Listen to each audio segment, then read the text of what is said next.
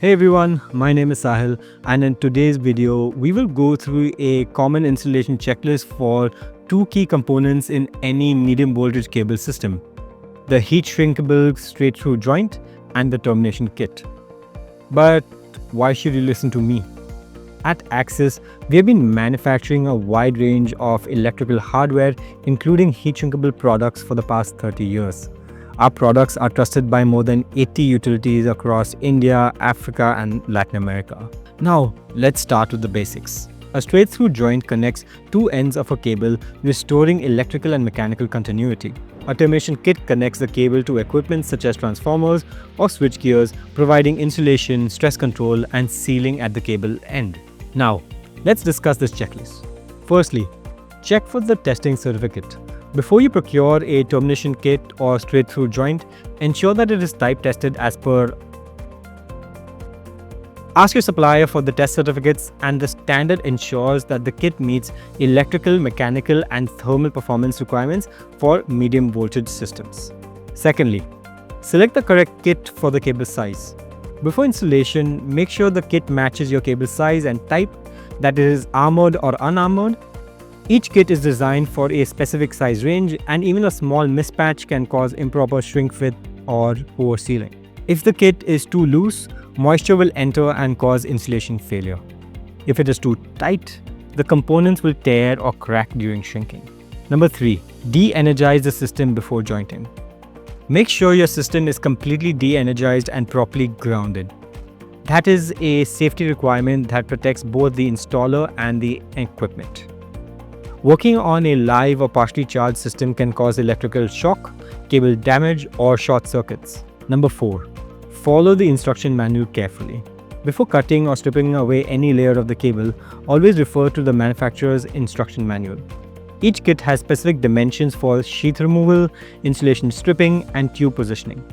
Misfit components cause stress concentration, loose fit allows moisture to enter, and improper preparation will create partial discharge spots. Number 5. Remove the semiconductor layer carefully. While removing it, take extreme care not to damage the primary insulation beneath it. Even small nicks, cuts, or scratches create stress points that cause partial discharge and cable failure. If you're finding this checklist helpful, please subscribe to our channel for more insightful videos on electrical engineering. Now, number 6. Do not forget to clean the insulation. Before sliding your heat shrink tubes on, thoroughly clean the insulation using the manufacturer-provided solvent to remove dirt, grease, or semiconductor particles. Abrade the surface with the supplied abrasive paper, then clean it again to ensure a smooth, contamination-free surface. Number 7. Smooth out sharp edges and fill gaps. File down any sharp points, burrs, or rough edges on connectors, crimps, or cut cable layers like the semiconductor screen or armor clamps. Sharp edges can tear the heat shrink components or cause stress during operation. Use a supplied mastic to fill all gaps and uneven areas, especially between the lug barrel and cable insulation, and at the crutch area where the cores separate. This makes the surface smooth, removes air pockets, and helps the heat shrink components fit tightly. Number 8. Use an LPG torch for shrinking. LPG is preferred because it is portable, provides high heat output, works faster, and is more economical compared to butane torches, kerosene blowers, or heat guns. Adjust the torch to obtain a soft blue flame with a yellow tip, and avoid a sharp pencil-like blue flame. After shrinking, all components should be smooth, wrinkle-free, showing that the adhesive has flowed evenly and the component has sealed properly. Number 9. Keep the flame moving. Many jointers make the mistake of holding the flame in one place while shrinking. This scorches the component and creates weak spots.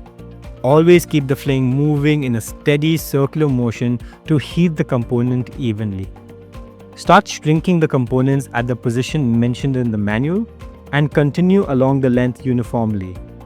Proper shrinking makes the component fit tightly to the core without any air pockets, ensuring a strong seal and long service life.